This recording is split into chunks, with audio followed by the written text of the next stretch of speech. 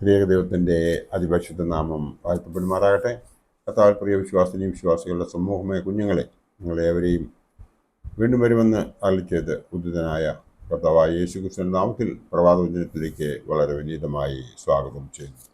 ഇന്നത്തെ ധ്യാന വിഷയമായി കൊണ്ടുവന്നിരിക്കുന്നത് വിശുദ്ധിയിലുള്ള വളർച്ച. ഒരു ക്രിസ്ത്യാനിയുടെ വിശുദ്ധിയിലുള്ള വളർച്ച. ഒരു വ്യക്തിയെ സംബന്ധിച്ചിടത്തോളം അവൻ വിശുദ്ധിയിൽ വളരണമെന്നുണ്ടെങ്കിൽ വിശുദ്ധ മാമോദീസ അവൻ സ്വീകരിച്ചവൻ ആയിരിക്കണം. വിശുദ്ധ കുർബാനയിൽ സംബന്ധിക്കുന്നവനായിരിക്കണം. വിശുദ്ധ കുർബാന വിശുദ്ധിയോടുകൂടി അനുഭവിക്കുന്നവൻ ആയിരിക്കണം. വിവാഹ ശുശ്രൂഷയിൽ അവൻ സംബന്ധിക്കുന്നവൻ ആയിരിക്കണം. ശവനസ്കാര ശുശ്രൂഷയിൽ അവൻ സംബന്ധിക്കുന്നവൻ ആയിരിക്കണം. എങ്കിൽ മാത്രമേ അവൻ വിശുദ്ധിയിലുള്ള അവൻ്റെ വളർച്ചയാൽ അവൻ്റെ ബാക്കിയുള്ള ജീവിതം അവന് ജീവിക്കുവാൻ സാധിക്കത്തുള്ളൂ. വിശുദ്ധ മാമോദീസയിൽ ഒരു ക്രിസ്ത്യാനിക്ക് വിശുദ്ധിയിലുള്ള വളർച്ചയ്ക്ക് മുഖാന്തരമാണ് വിശുദ്ധ കൂദാശകൾ. ആത്മീയമായി വളർച്ചയുടെ ആദ്യപടി വിശുദ്ധ മാമോദീസയിലുള്ള ഭാഗവാക്കിത്വം ആകുന്നു. മരണകരമായ സകല പ്രവൃത്തികളും വെടിഞ്ഞുകൊണ്ട് വിശുദ്ധിയിൽ വളരുവാനുള്ള കൃപ വിശുദ്ധ മാമോദീസയിൽ കൂടി നമുക്ക് ലഭിക്കുന്നു. നല്ല സംരക്ഷണയിലും പൂർണ്ണ വളർച്ചയിലും ഇവനെ എത്തിക്കണമേ എന്നും വിശുദ്ധ കൽപ്പനകളെ പിന്തുടരുവാനും മാമോദീസ മുങ്ങുന്നതിന് വേണ്ടി പട്ടക്കാരൻ പ്രാർത്ഥിക്കുന്നു. ഈ ലോക വ്യർത്ഥതയിൽ നിന്നും ഓടി രക്ഷപ്പെട്ട് ദൈവത്തിൻ്റെ വിശുദ്ധ കൽപ്പനകളുടെ മാർഗത്തിൽ ചരിക്കുവാനുള്ള മാമോദീസയിലെ പ്രാർത്ഥനയും വിശുദ്ധിയിൽ വളരുന്നതിനുള്ള മുഖാന്തരമാണ് മാമോദീസ എന്ന് നമ്മെ മനസ്സിലാക്കുന്നു. നിന്റെ ദൈവിക ദാനങ്ങളാൽ ഇവനെ നിറയ്ക്കണമേ എന്ന പ്രാർത്ഥന വിശുദ്ധിയിലുള്ള വളർച്ചയെ ലക്ഷ്യമാക്കി വിശുദ്ധ മാമോദീസയിൽ നാം ഉപയോഗിക്കുന്നു എന്ന് നമുക്ക് ഏവർക്കും അറിയാം. അടുത്തത് വിശുദ്ധ കുർബാനയിൽ. വിശുദ്ധ കുർബാനയുടെ അടിസ്ഥാന ലക്ഷ്യം സജീവമായ ഈ ശുശ്രൂഷ മുഖാന്തരം തിരുനാമത്തിന് പ്രീതികരമായ ജീവനുള്ള സ്വീകാര്യ ബലിയായി ഞങ്ങളെ തന്നെ നിനക്ക് സമർപ്പിക്കുവാൻ ഞങ്ങളെ യോഗ്യരാക്കണമേ എന്നത് ആകുന്നു. എന്ന് മാത്രമല്ല, ആ വിശുദ്ധ കുർബാനയിൽ നാം സംബന്ധിക്കുമ്പോൾ നാം പൂർണ്ണ ഹൃദയത്തോടും പൂർണ്ണ ആത്മാവോടും പൂർണ്ണ മനസ്സോടും കൂടെ നമ്മുടെ മനസ്സ് അവിടെ ഉറപ്പിച്ച് ആ മധുവായിലേക്ക് നോക്കി നാം ആരാധിച്ചു കൊണ്ടിരിക്കുന്നുവെങ്കിൽ, പ്രാർത്ഥിച്ചു കൊണ്ടിരിക്കുന്നുവെങ്കിൽ നമുക്ക് അനുഗ്രഹം പ്രാപിക്കും. സുഹൃത നടപടികളാകുന്ന മധുര പരിമളം വീശിക്കൊണ്ട് ഉത്തമവും പരിപൂർണവുമായ സേവനം ക്രിസ്തുവിന് വേണ്ടി നിർവഹിച്ചുകൊണ്ട് ആയുഷ്കാലം മുഴുവനും ദൈവസന്നിധിയിലുള്ള ജീവിതമാണ് വിശുദ്ധ കുർബാനയിലുള്ള സംബന്ധത്തിൻ്റെ ഉദ്ദേശ്യം എന്ന് നമുക്ക് ഏവർക്കും അറിയാം. വിശുദ്ധ കുർബാന അനുഭവിക്കുന്ന നമ്മിൽ മശിഹാ തമ്പുരാൻ വസിക്കാത്തതല്ല, അവന് പ്രവർത്തിക്കുവാൻ നാം അനുസൃതമായ ജീവിത നിലപാട് കൈവരിക്കാത്തതാണ് വിശുദ്ധിയിലുള്ള വളർച്ചയ്ക്ക് വിഘാതമായ പ്രശ്നം എന്നും നമുക്ക് ഏവർക്കും അറിയാം. മറ്റു ശുശ്രൂഷകളിൽ വിശുദ്ധ കുമ്പസാരം വിശുദ്ധിയിലുള്ള ജീവിതത്തിൻ്റെ പുനർപ്രതിഷ്ഠയാണ്. തെറ്റിപ്പോയ പാത വിട്ട് ശരിയായ പാതയിലേക്ക് തിരിച്ചു വന്ന് വീണ്ടും വിശുദ്ധിയുടെ മാർഗങ്ങൾ കണ്ടുപിടിച്ച് അതിൽ വളരുവാനുള്ള ദൃഢ പ്രതിജ്ഞയെ എടുക്കുകയാണല്ലോ ഇതിൽ നടക്കുന്നത്. ക്രിസ്ത്യാനി കുമ്പസാരത്തിൽ മുൻ പരാജയങ്ങളെ നേരിടുവാൻ തേച്ചുമിനുക്കിയെടുത്ത ആയുധവുമായി പഴക്കളത്തിലേക്ക് വീണ്ടും ധൈര്യപൂർവ്വം ഇറങ്ങി വരികയാണ്. കുമ്പസാരത്തിൽ വിശുദ്ധിയിലുള്ള വളർച്ചയ്ക്കുള്ള ഉത്കടമായ ആഗ്രഹമാണ് കുമ്പസാരത്തിലേക്ക് വരുന്ന ഒരു വിശ്വാസിയിൽ പ്രകടമാകുന്നത്. ഇനിയും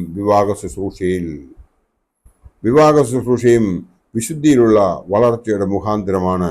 സൃഷ്ടി മുഴുവനായും സഭ ക്രിസ്തുവിനെ എന്ന പോലെ ദൈവത്തെ സൃഷ്ടാവായും പരിപാലകനും രക്ഷിതാവുമായി ദൈവീക സ്നേഹത്തിൻ്റെ അടിസ്ഥാനത്തിൽ സ്വീകരിക്കുകയും അനുസരിക്കുകയും ചെയ്യുമ്പോൾ അവർക്കും രക്ഷാപൂർത്തി വരുത്തുന്നത് പോലെ വിവാഹ ശുശ്രൂഷയിൽ മാർഗത്തിൽ സ്നേഹത്തിൻ്റെ അടിസ്ഥാനത്തിൽ പരസ്പരം സ്വീകരിക്കുകയും അനുസരിക്കുകയും പങ്കുവയ്ക്കുകയും ചെയ്യുമ്പോൾ രക്ഷാ പൂർത്തീകരണത്തിലേക്ക് ഉള്ള യാത്രയ്ക്ക് പുതിയ ഭാവവും രൂപവും മണവാളനും മണവാട്ടിക്കും ലഭിക്കുന്നുവെന്ന് നമുക്ക് ഈ ശുശ്രൂഷയിൽ നിന്നും അതിൻ്റെ ശുശ്രൂഷയിലെ വായനകളിൽ നിന്നും നമുക്ക് മനസ്സിലാക്കുവാൻ സാധിക്കും.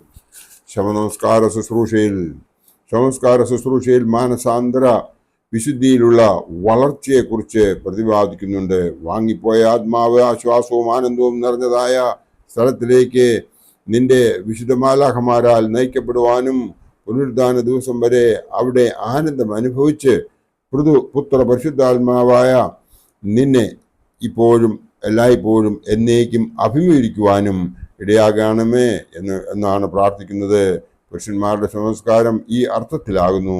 വാങ്ങിപ്പോയ ആത്മാവ് വിശുദ്ധന്മാരുടെ പട്ടണത്തിൽ അധിവസിക്കുവാനും സ്വർഗീയ യെരൂശലേമിൽ മോഹനീയ വാസസ്ഥലങ്ങളിൽ ഇവനെ ആശ്വസിപ്പിക്കുന്നതിനു വേണ്ടിയും നാം പ്രാർത്ഥിക്കുന്നു. അടുത്തത് നമ്മുടെ അനുഷ്ഠാനങ്ങൾ എന്താണ് എന്ന് നമുക്ക് നോക്കാം. വിശുദ്ധിയിൽ വളരുവാൻ നമുക്ക് വഴിയൊരുക്കുന്നതാണ് വിശുദ്ധ വചന സംസർഗം. അതായത് നാം ദിവസവും വചന സംസർഗത്തിലൂടെ, അതായത് വചനം വായിക്കുകയും അത് ഗ്രഹിക്കുകയും അതിന് പ്രകാരം ജീവിക്കുകയും ചെയ്യുന്നുവെങ്കിൽ നാം അനുഗ്രഹം പ്രാപിക്കും.